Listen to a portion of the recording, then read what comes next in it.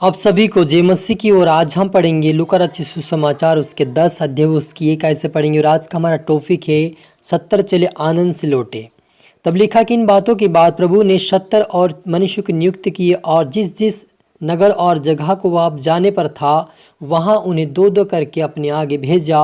और उसने उनसे कहा, पके खेत बहुत है परंतु मजदूर थोड़े हैं, इसलिए खेत के स्वामी से विनती करो कि वह अपने खेत को काटने को मजदूर भेज दे। जाओ, देखो मैं तुम्हें भेड़ों के समान भेड़ियों के बीच में भेजता हूँ। हालेलुया। मिलकर प्रार्थना करें। धन्यवाद पिता परमेश्वर प्यार प्रभु जी, आज के वचन आज के कलाम से मेरे पिता बारीक से बातें करें। जितने आपके बेटा बेटे आज का वचन देखे सुना पिता वो आशीष पाए मेरे पिता।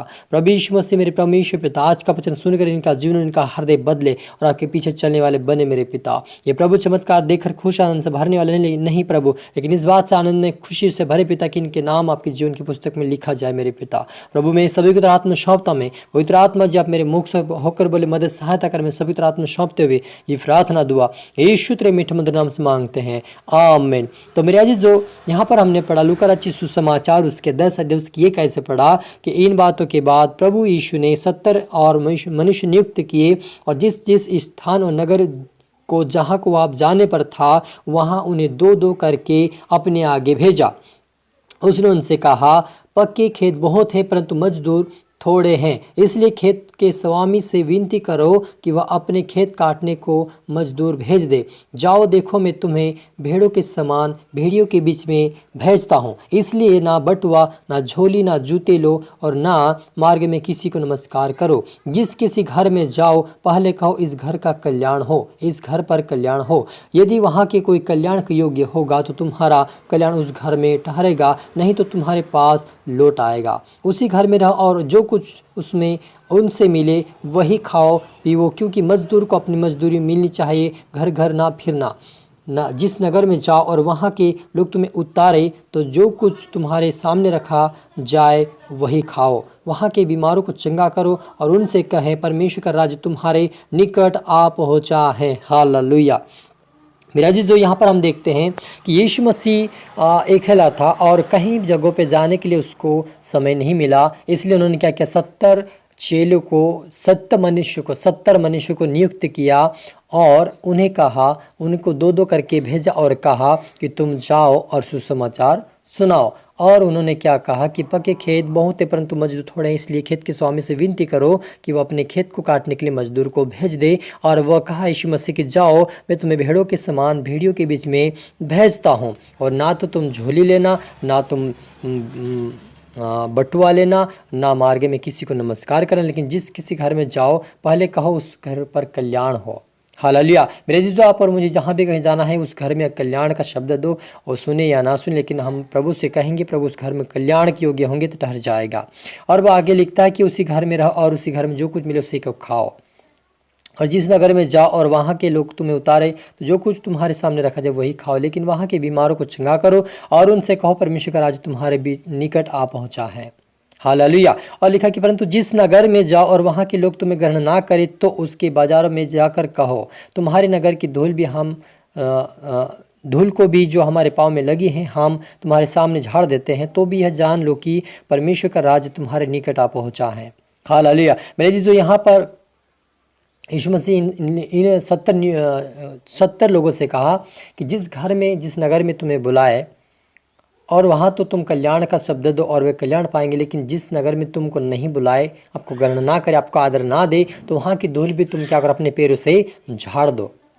हालेलुया। क्योंकि उनको भी एक दिन पता चलेगा कि परमेश्वर का राज्य निकट है। हालेलुया। और लिखा मैं तुमसे कहता हूँ कि उस दिन उस नगर की दशा सदोम की दशा अधिक सहने के योग्य होगी। प्रभु यीशु मसीह ने साफ साफ कहा कि उस नगर का जो नगर प्रभु यीशु मसीह ग्रहण नहीं करता है, प्रभु यीशु मसीह से नफरत करता है, प्रभु यीशु मसीह को तुच्छ जानता है, वहाँ के जो लोग हैं वो सदोम अमोरा के समान प्रभु यीशु मसीह कहता है कि एक दिन उनकी दशा ऐसी हो जाएगी। हालेलुया। लेकिन जब वे 70 चेले इस प्रकार से यीशु ने कहा कि तुम जाओ बीमारों के लिए चंगा करो, दुष्ट आत्माओं को निकालो कहा, तब वे प्रार्थना किया और बड़े बड़े कामों को देखा, तब वे क्या कि खुशी आनंद से घर वापस लौटे। तब कहने लगे, वे 70 आनंद करते हुए लौटे और कहने लगे, हे प्रभु तेरे नाम से दुष्ट आत्मा हमारे वश में हैं।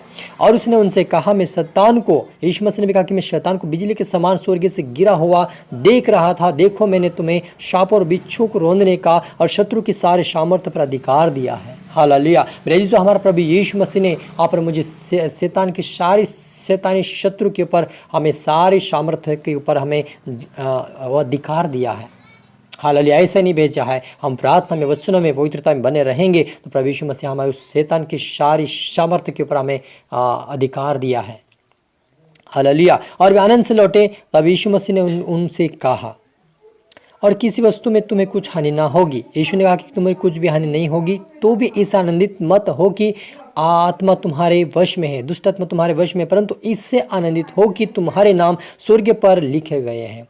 हालेलुया। मेरे यीशु, ये 70 चेले आनंद खुशी से लौटे कि हमारे वश में दुष्ट आत्मा है, हमने बीमारों को चंगा किया, हमने बड़े बड़े काम किए यीशु मसीह के नाम से। वो आनंद से भर गई, खुशी से यीशु मसीह को कहने लगे। लेकिन यीशु मसीह ने एक ही बात कहा कि इस बात से तुम आनंद से ना भरो, आनंद ना करो, लेकिन इस बात से आनंद करो कि तुम्हारे नाम स्वर्ग में जीवन की पुस्तक में लिखा है। मेरे अजीजों, इस संसार में हम चाहे बड़े बड़े काम करेंगे, बड़े बड़े कार्य करेंगे यीशु मसीह के नाम से, लेकिन हम उसके योग्य चाल नहीं चलेंगे, उसकी पवित्रता में नहीं चलेंगे, तो हो सके वो हमारे नाम जीवन की पुस्तक से काट दे। इसलिए आप और मुझे अपने को पवित्रता में बनाए रखे, प्रार्थना में बनाए रखे, पश्चाताप करते रहे और परमेश्वर का काम करते रहे, ताकि हम खुदावन के राज्य के वारिस बने।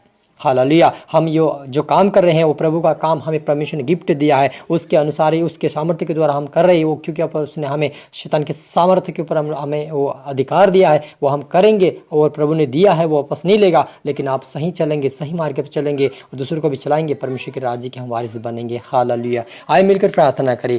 धन्यवाद पिता परमेश्वर, प्यार प्रभु जी, आज के वचन, आज के कलाम से मेरे पिता हम हर एक से बात है कि आपका धन्यवाद प्रभु जी। जितने आपके बेटा बेटी आज का वचन देखें, सुने प्रभु, आश्रय बरकत पाए मेरे पिता। आज का वचन हर के जीवन में सोगना फल है प्रभु जी। आज से ये वचन सुनकर पिता आपकी पवित्रता में, प्रार्थना वचन में बढ़े मेरे पिता। ये इस बात से ये पिता आनंदित ना हो कि इनके द्वारा बड़े बड़े काम हो मेरे पिता, लेकिन ये इस बात से आनंदित होने पाए आज से इनके जीवन के पुस्तक में इनका नाम लिखा जाए मेरे पिता। जितना आपके बेटा बेटी देखे सुने प्रभु, आश्रय बरकत पाए, आपके डर आपके भय में चलते रहे मेरे परमेश्वर पिता। आपके नाम कुछ उठाते रहे मेरे पिता। इनके द्वारा इनका परिवार, इनका कुटुंब, इनके पिता रिश्तेदार सभी बदले पिता, और वो भी आपके राज्य के वारिस बने मेरे पिता। आज के वचन के द्वारा हर एक को प्रभुता आशीष दे, ब्लेस दे पिता, और इनसे प्रभु सपनों दर्शन द्वारा बातें कर, उठा और ब्लेस कर खुदा ईश्वर, इनके पापों को क्षमा कर, इनको ऊंचा उठा मेरे परमेश्वर पिता। मैं पवित्र आत्मा सौंपता मेरे पिता, प्रार्थना सुना, आशीष के धन्यवाद मेरी ईश्वर, आज ये प्रार्थना दुआ यीशु तेरे बिठ मधुर नाम से मांगते हैं, आमीन। तो मेरे जीजू, मैं आशा करता हूँ इस वचन से प्रभु आपसे बातें किया होगा। अब इसको दोबारा सुनी, लाइक करें, शेयर कर, सब्सक्राइब करता है कि प्रभु आपको दुगनी आशीष दे। और आप सभी को फिर से मेरी तरफ से गॉड ब्लेस यू ऑल, जय मसीह की, और सभी को फिर से प्रभु आशीष दे, और सभी को सी यू अगेन।